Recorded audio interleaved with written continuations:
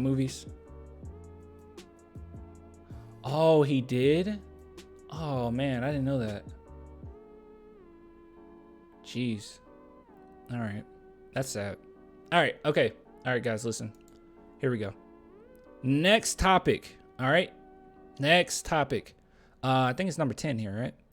All right, so I've been seeing this go around like crazy, and I think we need to discuss it. So when free agency opens, a scout for a Western Conference team believes the Spurs will make a hard push for either Chris Paul or Fred VanVleet.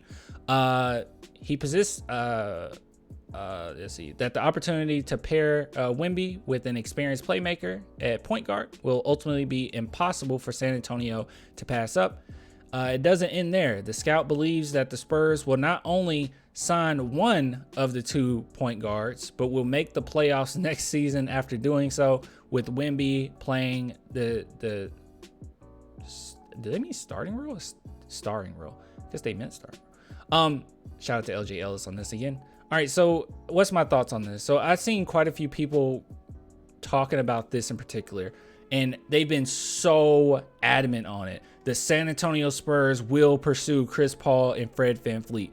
That is not what's being reported here at all. Now, this is not something that you just take with a grain of salt, okay? A Western Conference team, or a scout from a Western Conference team, that's, believe it or not, this is actually a really good source for a multitude of reasons. So as fans, oftentimes we think of other teams as rivals, bitter rivals, mean rivals. We hate them, right? But that's not how the NBA works, okay? The NBA is more of a friendly rivalry. You kind of see it between players as well. There's very few players that genuinely like hate each other or anything like that. Like, information is spread all the time, and scouts, they usually, and sometimes, and I won't say usually, sometimes, oftentimes, I will say, they actually team up with other scouts when they're talking about players, when they're talking about what other teams are going to do. And by the way, it makes sense also. Like, I know some people have made the argument you only focus in on your team, like you don't look at what other teams do.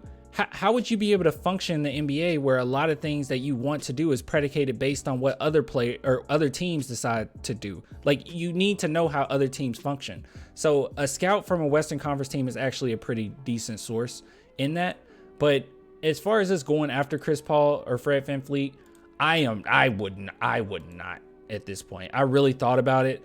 I do think that Chris Paul would benefit for like maybe a year with our team or whatnot. Fred VanVleet, I'm assuming he's looking for something a little bit more long-term or maybe a bigger type contract. But having Chris Paul for a year is great for us. I just don't really see how that works for him. And there's also been a lot of reports saying that he would like to go somewhere else. So I don't know. While it might be cool and like a nice idea, I just really don't see how this benefits him at all. He wants to go ring chase, and why waste 1 year, a whole year, which is very, very valuable at this point. Each year of his career at this point is very valuable. Why waste it? Why waste it? I just don't see how it benefits him. Let's see. Someone in chat says, my only issue with CP3 is his age and injuries. I know he wants to play for Pop, but he also wants a ring before he retires, and we are still a little ways away from competing for one. Bro, he could have joined the Spurs when we were on the cusp of winning another championship, post 2020 or 2014, and he decided not to because he said, Pop might leave or whatnot. But even then, he was ring chasing, like he wanted a ring. So that's always been in the forefront of his thoughts, is the ring. I don't think that he will, and I could be wrong, but I just don't think that he will like drop that for a whole year just to play with Pop. I just don't see it. Oh, that's another good point. July, that's another good point. Yes. He said, did Fred say F Pop? He sure did. Now, that was a long time ago, and I know that they were trying to ride Kawhi, but that was, yes, Raptors F Pop. I posted that. I'm the Spurs fan. Let's see if I can find it on my stuff. Here it is. Found it. Did I get my thoughts on this? No, it was just 24-second clip.